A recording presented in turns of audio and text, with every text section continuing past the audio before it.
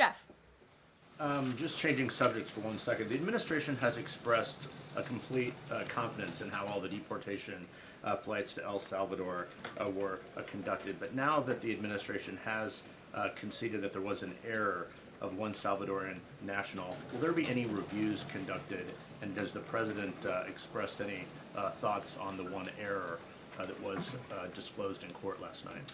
Well, first of all, the error that you are referring to was a clerical error. It was an administrative error. The administration maintains the position that this individual who was deported to El Salvador and will not be returning to our country was a member of the brutal and vicious MS-13 gang. That is fact number one. Fact number two, we also have credible intelligence proving that this individual was involved in human trafficking.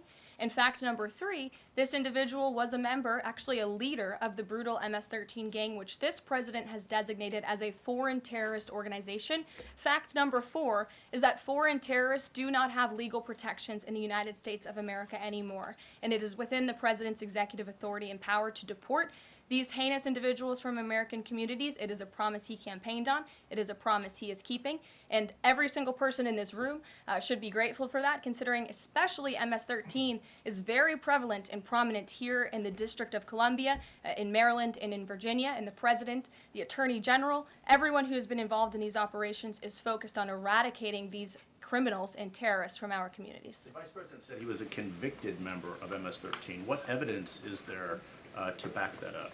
There's a lot of evidence, and the Department of Homeland Security and ICE have that evidence, and I saw it this morning. Thanks, Carolyn. A few questions about this deportation case. First, I wanted to clarify something that you said to Jeff a few minutes ago. You said you'd seen evidence that this man was a convicted gang member. In what court was he convicted, and for what? This individual was an MS-13 ringleader. This individual was also engaged in human trafficking.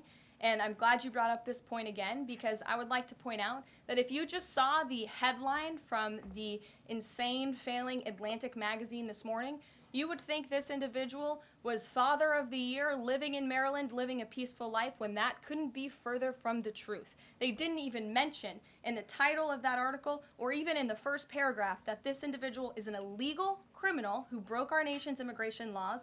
He is a leader in the brutal MS-13 gang, and he is involved in human trafficking, and now MS-13 is a designated foreign terrorist organization.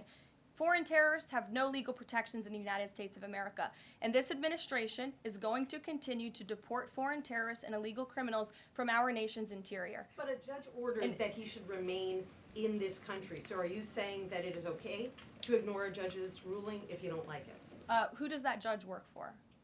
He's an immigration It was judge. an immigration judge who works for the Department of Justice at the direction of the Attorney General of the United States, whose name is Pam Bondi, who has committed to eradicating MS-13 from our nation's interior. And let me tell you why we've made this commitment. MS-13, may I remind each and every one of you, is a brutal and vicious gang. They raped and strangled a 20-year-old autistic woman to death in Maryland. They hacked 4 people to death with machetes in a park on Long Island. They have kidnapped, sexually tortured, and shot a teenage girl in Texas after she insulted them, allegedly. Killed and mutilated a 17-year-old girl in Virginia, stabbing him 16 times and cutting off his hands. They beheaded and cut out the heart of a man in Washington, D.C. They raped and murdered a 13-year-old girl in California. They sex trafficked a slew of young girls, including one who was just 12 years old. Raped an 11-year-old girl in Brooklyn while her brother was in the room. Sex trafficked a 13-year-old in Maryland and Virginia, miles away from this White House, even beating her 26 times on her backside with a baseball bat.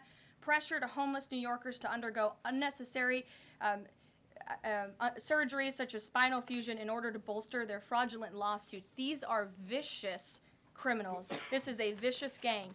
And I wish that the media would spend just a second of the same time you have spent trying to litigate each and every individual of this gang who has been deported from our country as the innocent Americans whose lives have been lost at the hands of these brutal criminals. We maintain our position, and very strongly so.